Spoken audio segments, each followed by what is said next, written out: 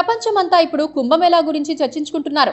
కనీసం 40 కోట్ల మంది హాజరయ్యే అతిపెద్ద హిందూ కార్యక్రమంగా ఈ కుంభమేళా నిలవనుంది. రద్దీకి తగ్గట్లుగా ఏర్పాట్లు చేస్తున్నారు. కుంభమేళాకి 6,500 కోట్ల రూపాయలు ఖర్చు పెట్టి ఏర్పాట్లు చేస్తున్నారు.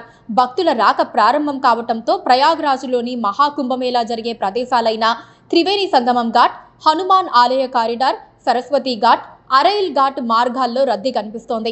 కుంభమేళాకు తరలివచ్చే కోట్లాది భక్తుల స్నానపు ఘాట్లు, స్నానాంతరం దుస్తులు మార్చుకునే గదులు సిద్ధం చేశారు. కుంభమేళా ప్రాంతంలో ఫ్లోటింగ్ బ్రిడ్జిలు నిర్మించారు. ఈ బ్రిడ్జిలు కేవలం నడిచేందుకే కాదు, 5 టన్నుల బరువున్న వాహనాలు కూడా ప్రయాణించే అవకాశం ఉంది.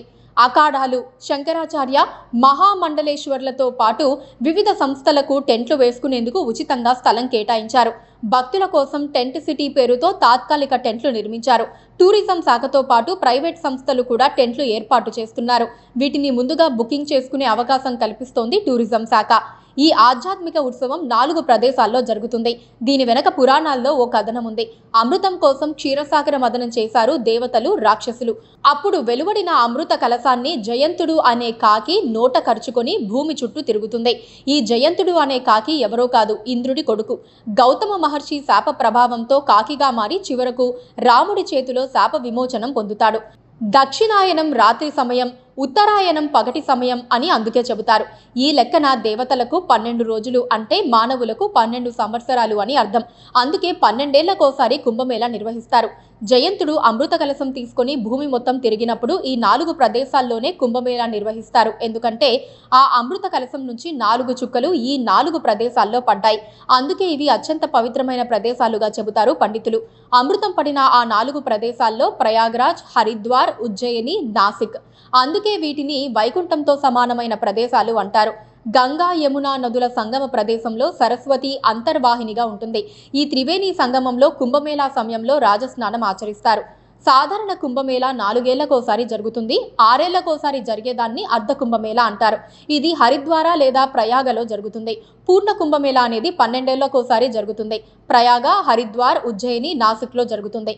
12 పూర్ణ కుంభమేళాలు పూర్తి చేసిన తర్వాత అంటే 144 సంవత్సరాలకు ఓసారి అలహాబాద్లో మహాకుంభమేళా నిర్వహిస్తారు.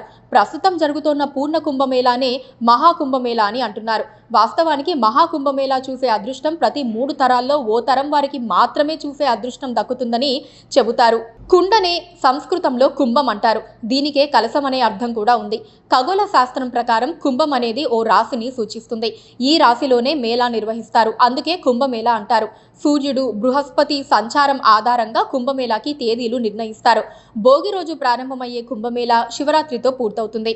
అన్ని రోజుల పాటు దేశం నలుమూలల నుంచి విస్తృతమైన ప్రయాణ ఏర్పాట్లను చేశారు.